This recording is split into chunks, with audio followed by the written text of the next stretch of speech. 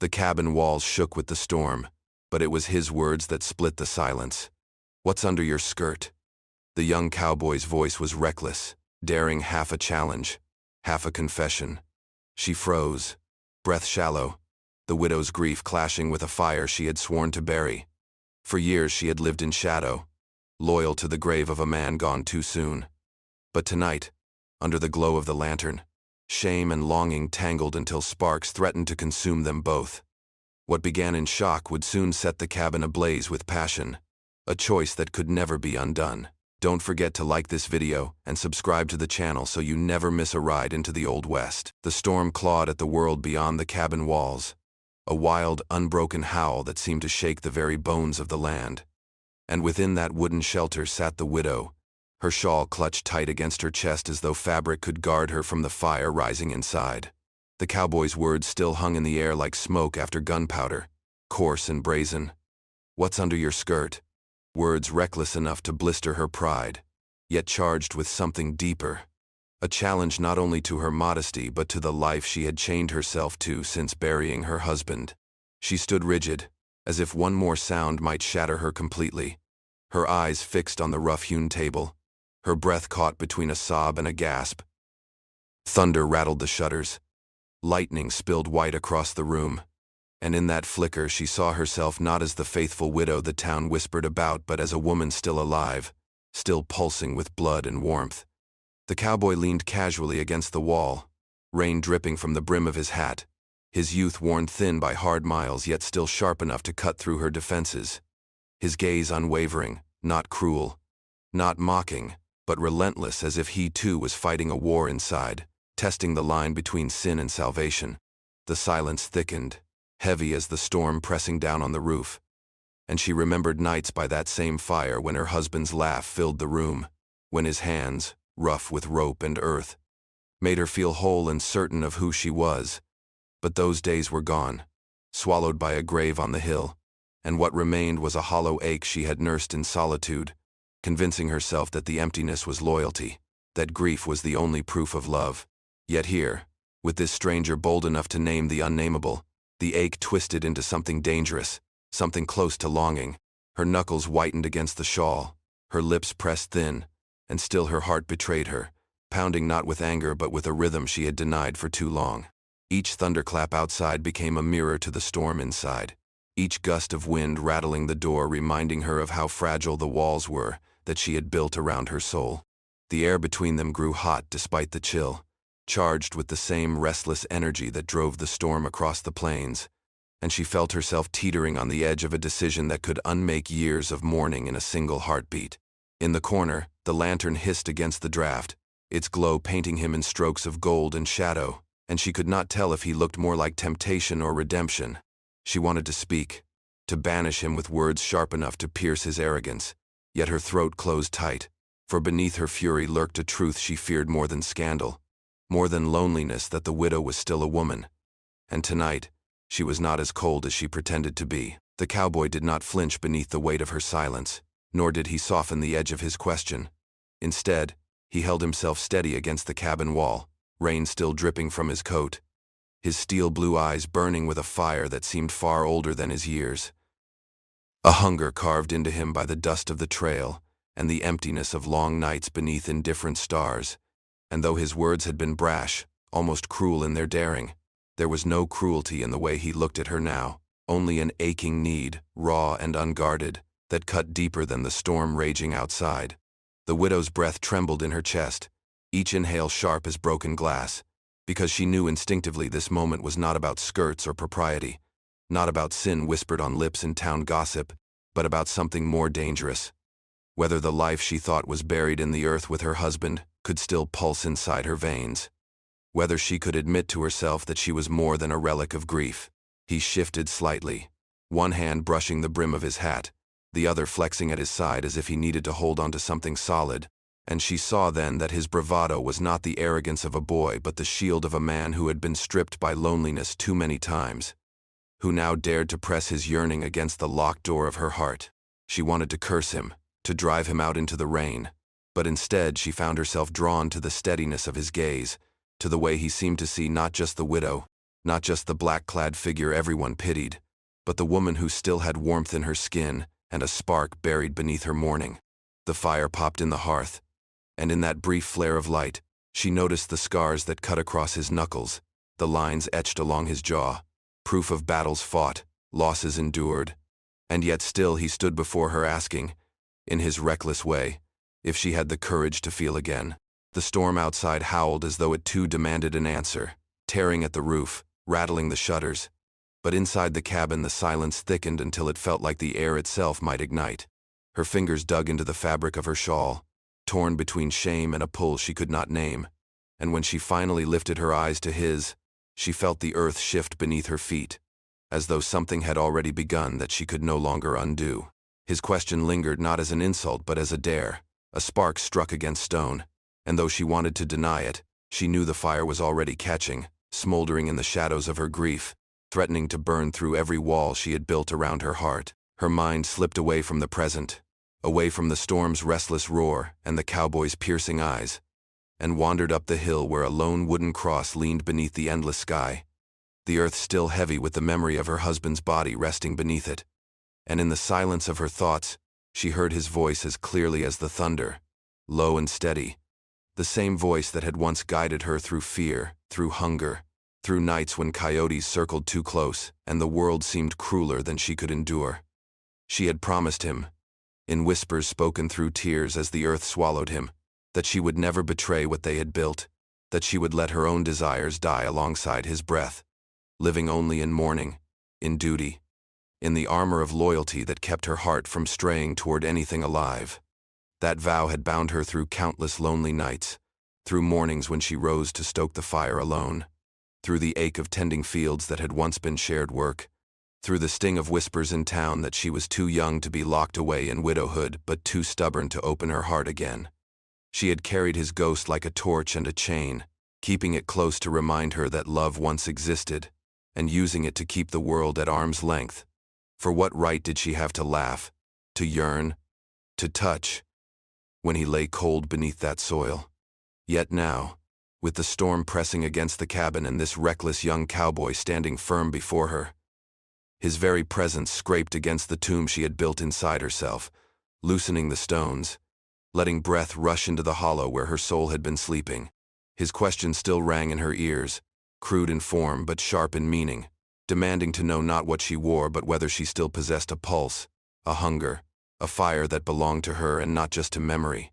Shame burned in her chest as she thought of her husband's face, of his smile that once made her blush like a girl, of the way his hand fit hers like roots tangled beneath the soil, and for an instant she felt his judgment, as though he stood there too, watching, disapproving, reminding her of the vow she made beneath the open sky. But another voice rose in her heart, faint and desperate, reminding her that she was not in that grave, that her lungs still filled with breath, that her body still ached in ways no prayer or promise could erase. The cowboy's eyes caught hers again, steady and searching, and in them she saw not a stranger but a man as haunted as she was, his scars etched with his own ghosts, his loneliness a mirror to her own. Torn between devotion to the dead and the dangerous pull of the living, she felt herself standing on a fault line, one side chained to the grave and the other trembling with the possibility of life, and she knew that if she let the balance shift even slightly, everything she swore to protect could be shattered in an instant. The lantern sputtered against the draft, its flame bending and then flaring upright again, casting the cabin in restless waves of light and darkness. And within that shifting glow the widow felt as though she stood on a knife's edge, each flicker of shadow tugging her toward damnation, while each burst of firelight tempted her with the possibility of release. Her bare feet shuffled back across the wooden floor, the shawl slipping loose from her shoulders as though even her garments could no longer cling to the weight of her hesitation. And in her chest her heart pounded like a war drum that would not let her stand still. The young cowboy did not move closer, yet the space between them felt charged, alive, every shadow on the walls painting scenes she could not name, visions of her husband's grave, of her own lonely nights, of what it might mean to surrender to a touch she had forbidden herself for so long. She trembled, not entirely from fear but from the recognition of something she had been starving for. Warmth that was not the dry heat of duty, but the burning blaze of human closeness. the kind she had locked away beneath grief like a bird inside a cage. Each step she took back was a step into her own indecision, and though her body begged for distance, her spirit leaned forward, drawn to the steady weight of his gaze, the quiet endurance in his posture, the way the storm outside seemed to shape him into something both wild and inevitable.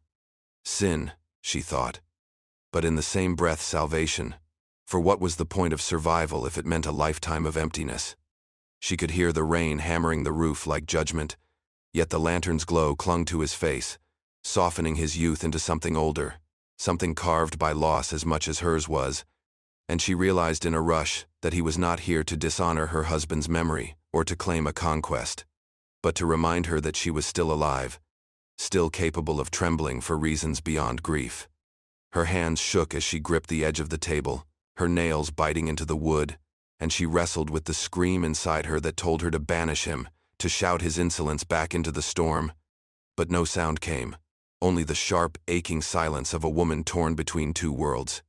Shadows danced along the walls like specters, firelight painted the cabin in fleeting strokes of gold, and she understood that whatever choice she made tonight would leave a mark she could never wash away. To push him back would chain her once more to the grave, but to step forward to surrender would be to admit that her mourning was not stronger than her flesh. And in that terrible, trembling pause, she realized that the flame burning in the lantern was no brighter, no more dangerous, than the fire that had begun to rise in her own chest. The silence between them grew so thick it seemed to press against her skin harder than any hand could. A silence filled with the sound of the storm clawing at the cabin walls, the hiss of the lantern, the wild drum of her own heart. And yet he did not move to close the distance, did not reach out as men so often did when desire overcame them. Instead he stood rooted, shoulders taut, jaw clenched, as though he were holding himself back from an edge that frightened him as much as it frightened her. And in that stillness she understood that his brash words had been only the surface of something deeper, a reckless test, while the truth was that he wrestled with his own demons whether to honor the grief that clung to her like a shroud, or to seize this fragile chance to bridge their loneliness with touch. She could almost hear the thoughts racing behind those steel-blue eyes, could almost taste the conflict he carried. The cowboy who had lived by taking what the world denied him now, forced to reckon with the fact that here, in this cabin, taking was not the same as receiving. And though his body leaned forward like a man drawn to fire, his boots stayed firm on the floor, his hands curling into fists at his sides, as though he feared what damage they might do if they acted before her heart was ready. And she, trembling in the firelight, felt her own restraint tearing her apart, because though shame gnawed at her for even imagining the brush of another man's hand after years of swearing she would never betray her husband's memory, the greater torment was knowing that she longed for it, that every part of her body was alive with the hunger his silence ignited. A hunger made worse by the fact that he denied it too, holding back with a discipline that both tortured and moved her. The storm thundered like judgment, wind howling through the chinks in the walls, and still he said nothing, did nothing, letting the weight of what went unspoken fill the room with a pressure that felt more dangerous than any declaration. She wanted him to break it, to speak again, to say something crude or kind, to shatter the silence that wrapped around them like chains, but he only watched her, his breath rough, his eyes searching hers as though waiting for permission she could not yet give. That waiting pierced her deeper than his question ever had, for it revealed a truth she had not expected, that he, too, bore a kind of reverence, a respect that kept him trembling on the edge rather than storming into her grief. And in that restraint she saw not arrogance but vulnerability, not conquest but fear. And for the first time since her husband's death, she realized she was not the only one haunted by ghosts. In the words left unspoken, in the touch withheld, the cabin filled with a tension that was no less intimate for being unfulfilled, and she knew that when one of them finally broke, the world they knew would never be the same again. Her fingers curled into the rough edge of the table, splinters biting into her skin, and she thought of how many times her husband's rifle had rested there, polished and ready, a symbol of protection and order, of a man's duty to his home and wife. And for a moment she imagined grasping that weapon now, raising it between them, banishing the young cowboy into the storm with a threat sharp enough to cut through every unspoken thought that clawed at her chest. Yet when her lips parted, it was not fury that escaped but a whisper, fragile and trembling, The kind of question that belonged to a girl at the edge of her first longing, not to a widow bound by grief. Why me? Why now? Why you? The words floated into the air like ash, soft yet heavy, and she instantly wished she could snatch them back, because they betrayed more than curiosity. They betrayed the storm within her that she had fought to keep hidden beneath years of silence and mourning. The cowboy's eyes flickered at her words, not with triumph but with something raw, almost wounded, as if he too had been asking himself the same questions and feared the answers. And in that gaze, she saw the truth. This moment was no accident, no careless flirtation, but the collision of two broken souls who had been drifting too long across a barren world. The storm outside roared louder, as if mocking her weakness, tearing at the roof, rattling the shutters. Yet inside the cabin the only sound that mattered was the trembling in her voice and the silence that followed. A silence so charged it seemed the air might ignite. She tightened her grip on the table as though it could anchor her to the life she had known, to the vow she had kept. But even the memory of her husband's rifle could not shield her from the fire clawing up through her chest, the ache in her skin that begged to be touched. The hunger in her heart that had been buried so long it now rose like a beast starving for release. The cowboy stepped forward, just barely, his boots groaning against the wooden floor. But he did not reach for her, did not claim the space between them. Instead, his eyes stayed locked on hers, waiting, always waiting, as though he too was bound by chains of honor he could not easily break. That restraint seared her more than any bold gesture could, for it left her alone with her own choice, her own voice, her own breaking point. And when she finally drew a sharp breath, she realized that the question she had whispered was not meant for him at all, but for herself, for the woman she had buried beneath her grief. The woman who now trembled, alive, burning, desperate to step out of the shadows. Her knuckles whitened, her lips trembled, and for the first time since she stood at her husband's grave, she felt the earth tilt beneath her feet, not from loss, but from the terrifying possibility of wanting more. The storm raged at its fiercest, thunder cracking like rifle fire above the cabin, and rain lashing so hard against the shutters it seemed the whole world might splinter apart. And in that chaos they moved hesitant at first. A step forward, a pause, another step, until the space between them thinned to nothing, the air thick with the kind of heat that no lantern could produce. Her breath trembled against her lips. His shoulders rose and fell with the weight of a man who had been holding back far too long. And when at last their mouths found one another, it was not the desperate claim of strangers but something deeper, older.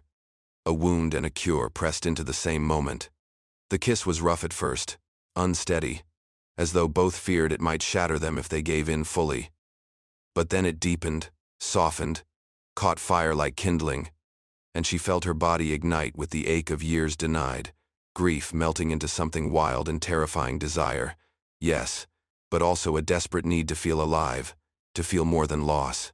His hands hovered near her face before finally cupping it, hesitant, reverent, and she let herself lean into him, into the strength that did not demand but offered, the warmth that did not take but gave. And in that closeness every heartbeat slammed through her chest like a bell tolling both betrayal and salvation. She thought of her husband in the ground, thought of the vow she had whispered over his grave, and for a split second guilt clawed at her throat, but then the cowboy's lips pressed harder, his breath ragged against hers, and the guilt twisted into a sob that broke inside her mouth, a release that tasted of salt and sorrow and hope all at once. He trembled too. She could feel it, the weight of his own ghosts shaking through him, and she realized with startling clarity that this kiss was no careless indulgence. It was a confession, wordless but true, that they were both broken, both lonely, both starved for a kind of closeness the world had stripped from them, and in that fire they found not escape but recognition. The storm outside screamed like judgment, lightning splitting the night in furious bolts, yet neither of them pulled away, neither dared to undo what had begun, for in that moment there was no grave, no vow, no sin or salvation, only the undeniable fact that they were alive, that grief had not fully destroyed them, that in the ashes of everything they had lost there still smoldered a spark that could not be denied. When at last they parted for breath, foreheads pressed together, their lungs dragged in air like drowning souls breaking the surface, and in the silence that followed they knew nothing would ever be the same again. for their lips had spoken truths neither of them had dared to voice, truths that would burn long after the storm passed. The cabin, which for so long had been little more than a mausoleum of memory, heavy with silence and haunted by the weight of grief, now shivered under the rhythm of life awakened, each creak of the floorboards echoing not loneliness but movement, every flicker of lantern flame dancing over bodies no longer held rigid by sorrow but freed, if only for this night, into something reckless and alive. The widow's breath came in short, ragged waves as she let her shawl slip away like the final remnant of mourning she had clutched to her chest, and in its place rose the warmth of his hands, rough from reins and rope, yet impossibly gentle as they found her skin, each brush sparking through her like lightning striking dry grass. Their kisses deepened, tangled with the storm's roar, and the air thickened with heat until it seemed the cabin itself breathed along with them, the timbers groaning as though in witness to this long-denied fire. She clung to him not with the timid grip of hesitation, but with the fierce hold of someone who had been starving for years, and he returned her embrace with a reverence that made every gasp feel like both a sin confessed and a prayer answered. His touch never cruel, never rushed, but urgent with the knowledge that the world beyond these walls would never forgive them, and so every heartbeat, every shiver, had to be claimed as if it were the last. Shadows bent and twisted across the walls, merging their forms until she could no longer tell where she ended and he began. And in that blur she felt herself loosening chains she had carried for too long, chains of vows, chains of silence, chains of pretending that to live without him was to remain faithful. For once, she did not ask whether her husband would approve, whether the town would scorn, whether God himself would judge. For once she let the hunger of her body speak louder than the ache of her conscience, and she gave herself over to the fire that had been waiting all along beneath her grief. The cowboy's breath stuttered as though he too wrestled with guilt, but when her fingers curled into his shirt, pulling him closer, he yielded, and in that yielding, their loneliness broke open into something fierce and uncontainable. The storm battered the cabin, thunder pounding like a war drum, but inside their movements matched its rhythm, wild and unstoppable, until she forgot the sound of rain and wind and remembered only the sound of her own voice, rising in gasps and whispers she had never thought would escape her again. In that blaze of passion, the cabin was no longer a shrine to the dead, but a sanctuary for the living. And though dawn would come with its reckonings, though shame and memory would return, tonight she let herself be only a woman, trembling and alive, tasting fire instead of ashes, surrendering completely to the arms of the man who had dared to wake her from her sorrow. The storm had fled into memory by the time the first pale light of dawn slipped through the cracks in the shutters, and with it came a silence altogether different from the one that had ruled the cabin before, no longer heavy with grief, but weighted with consequence, with the echo of everything that had unfolded beneath the roar of rain and thunder.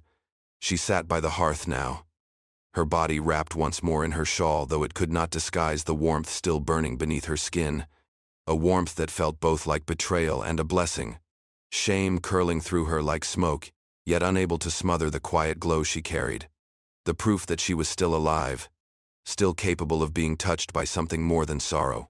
The fire had burned down to embers, glowing faintly as though reluctant to die, and in their dull light she saw herself reflected, the widow who had surrendered, who had dared to let go of mourning for one night, who had found something wild and forbidden in the arms of a man she barely knew.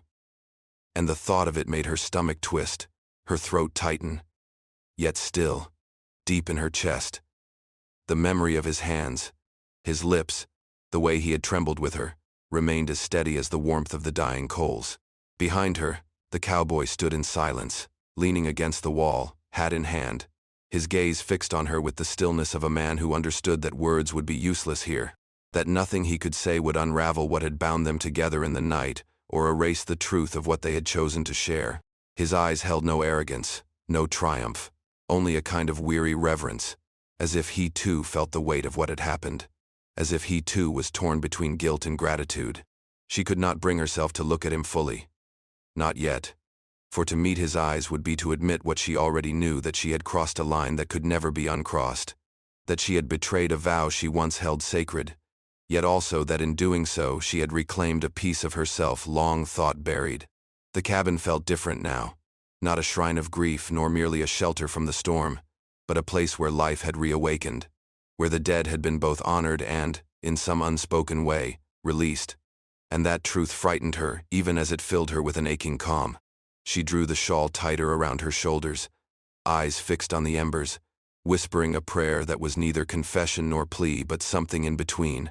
And still he said nothing, only watched, knowing that Dawn's reckoning could not be softened with words, that whatever judgment came hers, the town's, the Lord's would come from within her, not from him. And so the silence remained, fragile, unbroken, carrying with it both the shame of sin and the fragile hope of salvation. The morning stretched thin and pale across the prairie, the wet grass glittering from the storm's passing. And the widow stood in the doorway of the cabin with her shawl pulled close, though no fabric could shield her from the weight pressing inside her chest, watching as the young cowboy tightened the saddle on his horse with movements deliberate and slow, as though each tug of leather was a way to delay the moment they both knew was coming. His back was rigid, his jaw set, yet she could see in the tilt of his shoulders that he, too, carried the burden of the night, that what had happened between them was not something he could ride away from easily. And in that silent stretch taut between them lay the question neither dared to voice.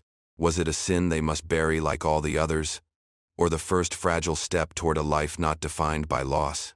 Her fingers clutched the doorframe, nails pressing into the wood, torn between calling out to him, asking him to stay, or letting him vanish into the horizon where so many others had gone. But her lips remained still, betraying her indecision, her fear of choosing wrong, her fear that to stop him would mean daring to live, while to let him go would mean surrendering once more to the hollow company of ghosts. He glanced back at her finally, hat in hand, his eyes carrying both apology and hope, a silent plea for an answer she could not give, and for a heartbeat she thought she might collapse beneath the weight of it, the tug of her husband's grave on the hill pulling her one way, the warmth of last night pulling her another, until she realized that neither choice could erase what had already been written in their bodies, in their souls, whether mistake or salvation. Their night together was carved into them like names etched into stone, unchangeable, unforgettable. She wanted to tell him that she hated him for breaking through her walls, that she loved him for reminding her she was still alive, that she feared him for carrying her into a future she was not ready to claim. But the words would not come, and so she did nothing, standing frozen in the doorway while he swung onto his horse, the leather creaking, the animal snorting in the morning chill. For a moment longer he lingered, staring at her as though memorizing her face, and then he nudged the reins, the horse turning slowly toward the open plains, leaving her to the silence of her cabin and the storm that had already passed. She did not weep, nor did she smile, for the truth was tangled and sharp. She had lost him and kept him both. She had betrayed her vow and honored her need, and as the hoofbeats faded into distance, she pressed her hand against her chest, whispering to herself, the only question that mattered now was last night a mistake she would spend her life regretting, or the first step toward finally, painfully, living again? The cowboy leads his horse toward the horizon, the earth still damp from the night storm, while the widow lingers at the cabin door, her bare feet cold against the wooden boards, eyes fixed on the trail that cuts past her husband's grave. The mound of earth on the hill rises against the dawn, a silent reminder of vows she once believed unbreakable. And yet, as the wind carries the scent of rain and horses, she feels something stirring that is neither betrayal nor guilt but possibility, fragile and dangerous as the new light breaking over the plains. Her hand presses to her chest where her heart beats too fast, too alive, as though some hidden part of her, long buried beneath sorrow, has been startled awake. For the first time since the funeral, she wonders if grief was meant to bind her or to teach her how to break free, to remind her that the love she buried with her husband had not killed the woman inside her, only silenced her for a season. She thinks of the night before, of firelight flickering against the walls, of lips that tasted of both sin and salvation, of hands that had not taken but offered, and she trembles not with shame but with the knowledge that she had chosen to live, if only for a moment. The cowboy turns once in the saddle, meeting her gaze across the distance, not asking, not promising, but leaving the door open to a road neither of them knows how to walk. His eyes, shadowed beneath the brim of his hat, carry both regret and invitation, as though he too feels the weight of what cannot be named. She grips the door frame, torn between calling him back and letting him ride, knowing that either choice would shape the rest of her days. And in that fragile silence, she makes no vow of denial, no retreat into the safety of sorrow, but allows herself the dangerous thought that life messy, sinful, tender, and unfinished may still stretch before her like the wide, untamed plains, and that perhaps love, in its many forms, is not a chain that binds her to the grave but a fire that can be lit again. The wind shifts, carrying the sound of his horse's hooves fading into the distance, and though she does not follow, she does not turn away either, standing in the doorway as though caught between two worlds, the one she has mourned and the one she has yet to claim.